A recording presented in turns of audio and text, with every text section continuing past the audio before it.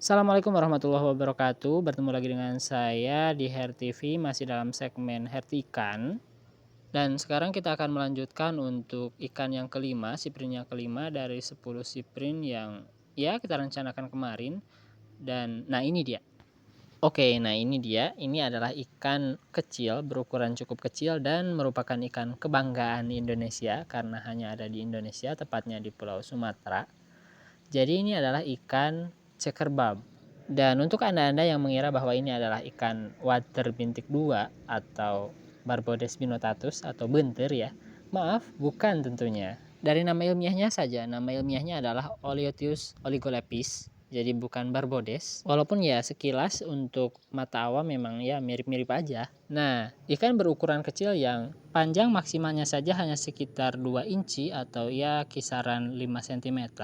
Ini merupakan ikan yang berasal dari Sumatera dan endemik, jadi hanya bisa ditemukan di Pulau Sumatera yang sudah mendunia di kalangan ikan hias, terutama ikan-ikan aquascape ya. Merupakan ikan dari famili Cyprinidae ya tentunya, pastinya, yang termasuk ke dalam genus Olithius yang merupakan satu-satunya spesies dari genus ini. Kemudian untuk penamaannya sendiri secara etimologi, nama ilmiahnya adalah Oleotius sebagai genus ya. Itu adalah gabungan dari kata olio yang merupakan bagian dari nama spesiesnya Oligolepis. Kemudian ditambahkan tius dari Puntius yang merupakan genus sebelumnya atau pembagian klasifikasi sebelumnya. Kemudian untuk nama spesiesnya sendiri adalah Oligolepis, terdiri dari dua kata yaitu oligoi yang berarti sedikit dan lepis yang berarti sisik, yang merujuk kepada sisiknya yang tidak terlalu banyak mungkin ya. Kemudian untuk diet atau makanan, ikan ini cenderung omnivora ya, mereka memakan organisme hidup seperti ya serangga air yang tentunya masuk ke dalam mulutnya dan krustasea-krustasea lain. Bahkan sampai ke jenis-jenis cacing seperti cacing darah, cacing sutra ya. Dan beberapa jenis tumbuhan walaupun presentasinya mungkin lebih banyak ke pakan hidup ya. Yang mana itu juga bisa dibilang menjadi faktor yang menentukan atau mempengaruhi kualitas warna dan tampilan dari ikan ini. Dan ngomong-ngomong soal warna dan tampilan, ikan ini merupakan ikan dimorfisme seksual yang mana antara jantan dan betinanya penampilannya bisa dibedakan secara kasat mata. Nah, coba perhatikan dari 5 ikan di sini. Di sini ada 3 ekor jantan dan 2 ekor betina yang bisa langsung ketara dengan mata telanjang. Atau ya seharusnya ini bisa dibedakan secara kasat mata dengan mudah antara perbedaan jantan dan betinanya, hanya saja karena kondisi ikan dan kondisi air yang masih dalam tahap penyesuaian jadi agak sedikit saru atau katakanlah cukup sulit membedakan antara si jantan dan betina dalam kondisi ini ya. Tapi masih bisa dibedakan sih sebenarnya. Saya masih mencari look yang cukup mudah untuk dibedakan tapi ya masih belum ketemu.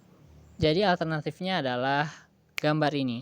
Nah, ini adalah salah satu contoh ya dari cekerbab dengan kualitas yang bisa dibilang baik, sangat baik, baiklah ya.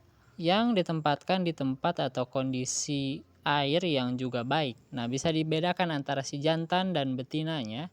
Ini adalah yang jantan, dia memiliki warna yang cenderung gelap, lebih ke ada nuansa ungunya di bagian badan, sisik badannya. Kemudian memiliki fin atau sirip yang berwarna merah atau orange seperti ini.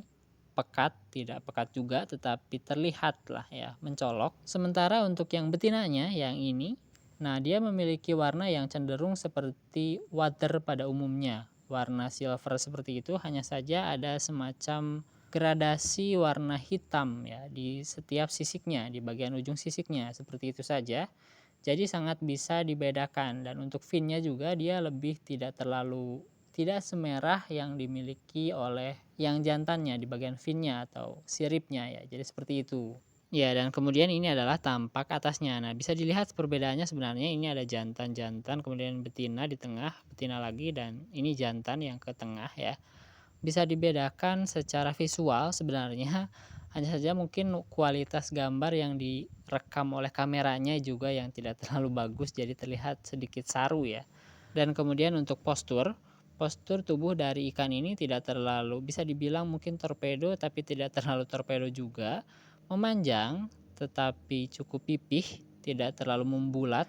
Kalau misalnya kita lihat dari bagian samping, dia lebih melebar ke atas juga tetapi tidak selebar tiger barb, dan memanjang tetapi tidak sepanjang atau tidak sememanjang Barbodes binotatus atau benter ya.